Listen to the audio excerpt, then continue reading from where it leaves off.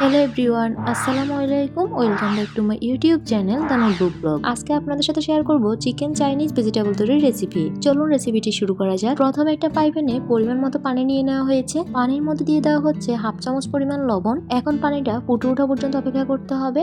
পানিটা ফুটে ওঠার পরে এই পর্যায়ে পানির মধ্যে দিয়ে দেওয়া হচ্ছে পাতলা করে টুকরো করে কেটে রাখা গাজর। এরপর দেওয়া হচ্ছে পাতলা করে টুকরো করে কেটে রাখা আলু। এখন সবকিছুকে নেড়েচেড়ে মিশিয়ে দেওয়া হচ্ছে।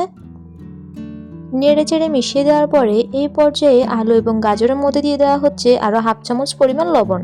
এরপর বেশ কিছুক্ষণ সময় নিয়ে অপেক্ষা করতে হবে পানিটা ফুটে ওঠা পর্যন্ত। পানি ফুটে ওঠার পরে এখন এর মধ্যে দিয়ে দেওয়া হচ্ছে টুকরো করে কেটে রাখা পাতাকপি। এখন সবকিছুকে নেড়েচেড়ে 2 থেকে 3 মিনিট জাল দিতে হবে। 2 থেকে 3 মিনিট পরে এই পর্যায়ে পানিটা ফুটে উঠেছে। এখন একটা বাটির মধ্যে নরমাল পানি নিয়ে নেওয়া হয়েছে আর একটা ছাঁকনির সাহায্যে সিদ্ধ করা এই সবজিগুলোকে ছেঁকে নরমাল পানির মধ্যে রাখা হচ্ছে। এই প্রসেসটা করার কারণ হচ্ছে সবজির কালার সুন্দর আসার জন্য।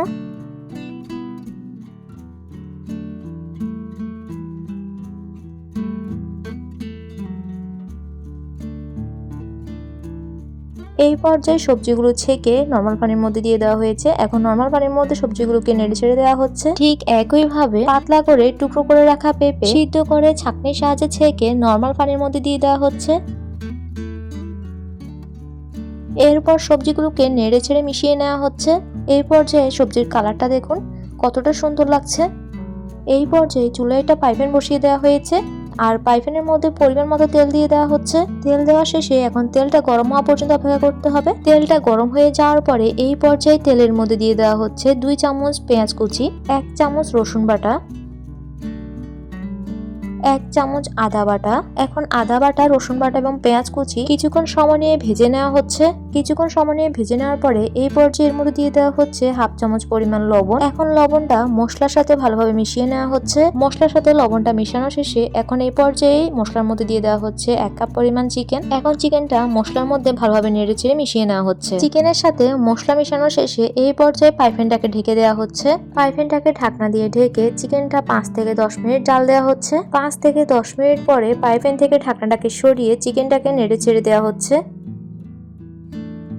চিকেনটাকে বেশ কিছুক্ষণ সময় নিয়ে নেড়ে ছেড়ে দেওয়ার পরে এই পর্যায়ে চিকেনের মধ্যে দিয়ে দেওয়া হচ্ছে 1 চামচ পরিমাণ জিরা গুঁড়া, হাফ চামচ পরিমাণ লাল মরিচের গুঁড়া। এখন চিকেনের সাথে মশলাটা ভালোভাবে মিশিয়ে নেওয়া হচ্ছে। মশলার সাথে চিকেনটাকে নেড়েচেড়ে মিশিয়ে নেওয়ার পরে এই পর্যায়ে পাইপ্যানটাকে ঢাকনা দিয়ে ঢেকে দেওয়া হচ্ছে। 5 মিনিট পর্যন্ত পাইপ্যানটাকে ঢাকনা দিয়ে ঢেকে রান্না করার পরে এই পর্যায়ে ঢাকনাটাকে সরিয়ে চিকেনটাকে আবারও নেড়েচেড়ে দেওয়া হচ্ছে। এই পর্যায়ে চিকেনের মধ্যে দিয়ে দেওয়া হচ্ছে সিদ্ধ করে রাখা সবজিগুলো।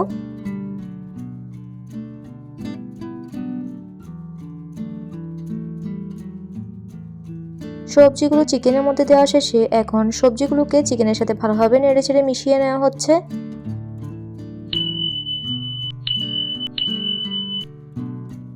চিকেনের সাথে সবজিগুলো ভালোভাবে নেড়েচেড়ে মিশিয়ে নেওয়া শেষে এই পর্যায়ে এর মধ্যে দিয়ে দেওয়া হচ্ছে হলুদ, লাল এবং সবুজ কালারের ক্যাপসিকাম।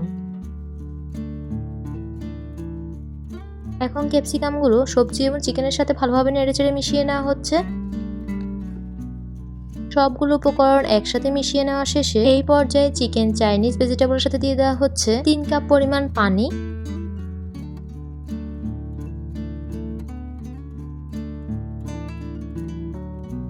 পানি দেওয়া শেষে এই পর্যায়ে চিকেন চাইনিজ ভেজিটেবল কিছুক্ষণ সময় নিয়ে জাল দিতে হবে যতক্ষণ না পানিটা ফুটে উঠছে। কিছুক্ষণ সময় নিয়ে জাল দেওয়ার পরে এই পর্যায়ে ভেজিটেবলের পানিটা ফুটে উঠেছে। এখন এর মধ্যে দিয়ে দেওয়া হচ্ছে হাফ চামচ পরিমাণ লবণ, হাফ কাপ পরিমাণ পেঁয়াজ, এরপর দেওয়া হচ্ছে প্রায় 6 থেকে 7টা কাঁচামরিচ। এরপর সবগুলো উপকরণ একসাথে মিশিয়ে নেওয়া হচ্ছে। সবগুলো উপকরণ একসাথে মিশিয়ে নিয়ে চাইনিজ ভেজিটেবল কিছুক্ষণ সময় নিয়ে জাল দেওয়া হচ্ছে। আর এই পর্যায়ে একটা কাপের মধ্যে নিয়ে নেওয়া হচ্ছে 3 থেকে 4 চামচ পরিমাণ কর্নফ্লাওয়ার। এখন কর্নফ্লাওয়ারের মধ্যে পরিমাণ মতো পানি দিয়ে পানির সাথে কর্নফ্লাওয়ার ভালোভাবে মিশিয়ে নেওয়া হচ্ছে। এই পর্যায়ে পানির সাথে কর্নফ্লাওয়ার মিশানো কমপ্লিট। এখন কর্নফ্লাওয়ার মিশানো পানি চিকেন চাইনিজ ভেজিটেবলের মধ্যে দিয়ে দেওয়া হচ্ছে। এখন সবকিছু উপকরণ একসাথে মিশিয়ে নেওয়া হচ্ছে। কর্নফ্লাওয়ার চিকেন চাইনিজ ভেজিটেবলের সাথে মিশানোর পরে প্রায় 2 থেকে 3 মিনিট জাল দেওয়ার পরে দেখবেন চিকেন চাইনিজ ভেজিটেবলের ঘনত্বটা একটু ঘন হয়ে আসছে। এই পর্যায়ে দিয়ে দিতে হবে 1 চামচ পরিমাণ চিনি, এতে টেস্টটা ভালো আসে। এখন সবকিছু উপকরণ একসাথে মিশিয়ে নেওয়া হচ্ছে। সবগুলো উপকরণ একসাথে মিশিয়ে নেওয়া শেষে এই পর্যায়ে চিকেন চাইনিজ ভেজিটেবল রান্না করা কমপ্লিট। আমি চিকেন চাইনিজ ভেজিটেবলের ঘনত্বটা এরকমই রাখছি, আপনারা চাইলে আরেকটু ঘন করতে পারেন। এই পর্যায়ে চিকেন চাইনিজ ভেজিটেবলটা চুলা থেকে নামিয়ে পরিবেশন করে দেখিয়ে দিচ্ছি আপনাদেরকে।